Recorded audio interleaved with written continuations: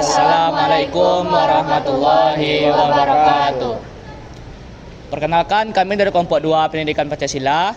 Di sini kami ngambil judul tema kami yaitu menciptakan sikap toleransi di era digital untuk menumbuhkan kehidupan yang harmonis di zaman modern. Di sini kami akan mewawancarai beberapa orang untuk melengkapi tugas video kami. Berikut video wawancaranya. Oke Kak, di sini saya akan mewawancarain narasumber yang bernama Kofifa Indar Prasetya. Oke, di sini Kak, saya ingin bertanya tentang bagaimana sih cara meningkatkan empati dalam komunikasi digital untuk menciptakan kehidupan yang lebih harmonis. Bagaimana tanggapan Kakak mengenai hal itu?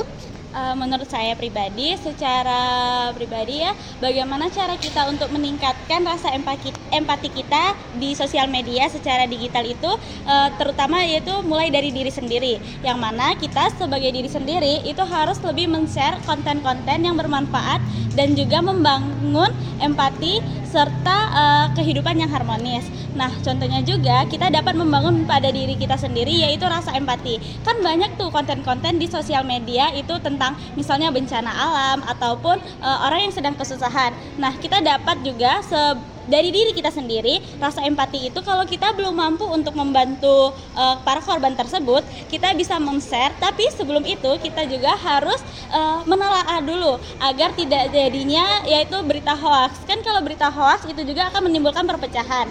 Nah, kalau kita menelaah dulu secara lebih teliti itu terjadi atau tidaknya, maka berita itu akan lebih bermanfaat serta ketika kita share pada halayak ramai, masyarakat lain, saudara-saudara kita juga dapat membantu secara komunikasi kita juga di sana berjalan secara harmonis tentunya.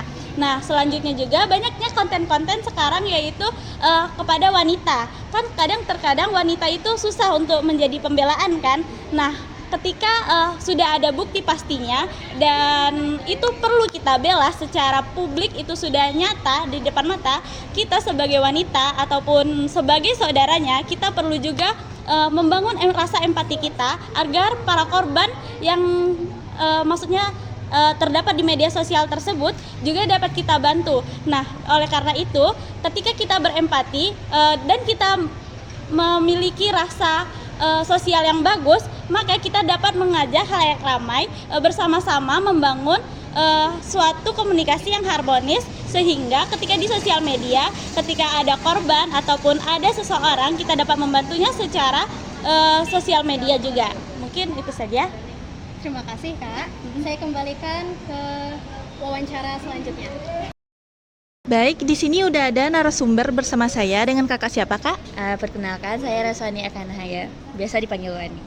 Baik, saya ada pertanyaan tentang bagaimana tanggapan Anda tentang dampak negatif dikarenakan kurangnya toleransi di era digital terhadap kehidupan sosial di zaman modern. Baik Kak, kalau misalnya di era digital nih Kak, kan seseorang itu lebih fokus kayak ke handphone atau gadget dia, jadi mengakibatkan seseorang itu dia jadi lebih individualis sama antisosial. Nah, karena di era digital juga kan informasi dari satu orang ke orang lainnya itu dia dengan cepat menyebar kan Kak. Nah, kalau misalnya kita kayak nyebar informasi buruk, pasti itu juga berdampak buruk. Nah, dalam menyampaikan informasi, jadi kita harus pandai-pandai memilih, juga harus bersifat sopan. Nah, selain itu kita juga harus belajar untuk menghargai orang lain agar kita juga bisa dihargai orang lain. Wah, sangat komplain sekali ya. Terima kasih ya kak sudah jawab pertanyaan saya. Baik, untuk narasumber selanjutnya. Baik, pada kali ini saya bersama seorang narasumber dengan kakak siapa? Perkenalkan, nama saya Asyifa Kolbi, biasa dipanggil Syifa. Baik kak, menurut pemahaman dari kakak, toleransi di era digital itu seperti apa dan bagaimana kak? Bisa kakak beri contohnya?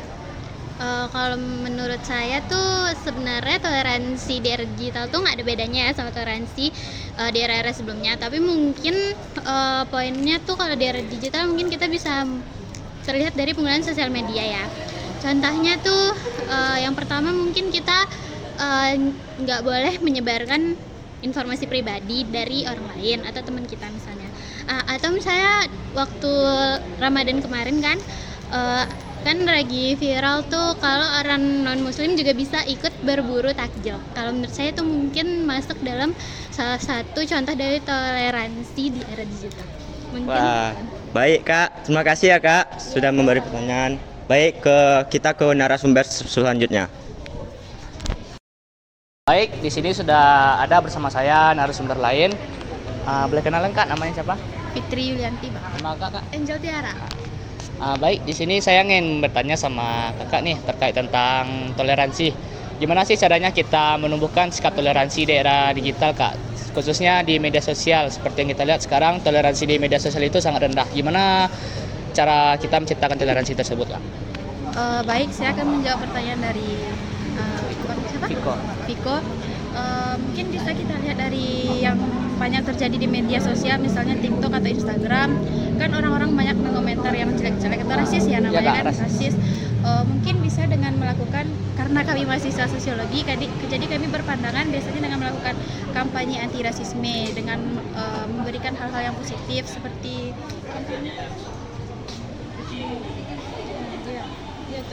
nah terus mungkin dengan kesadaran diri mungkin ya, dengan kesadaran diri juga bisa kayak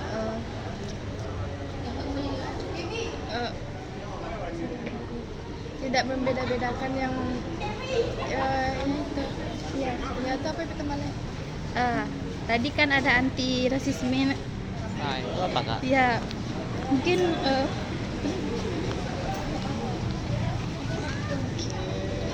itu Bang, dengan mengurangi prasangka terhadap misalnya postingan-postingan di TikTok atau sosial media gitu. Pokoknya yang positif-positif aja lah gitu. Ya. Baik, terima kasih ya, Kak. Iya, Bang. Baik, mungkin sekian video wawancara dari kelompok 2. Kami akhiri, terima kasih. Sekian video dari kelompok 2. Lebih kurang kami mohon maaf. Kami tutup dengan Assalamualaikum warahmatullahi wabarakatuh.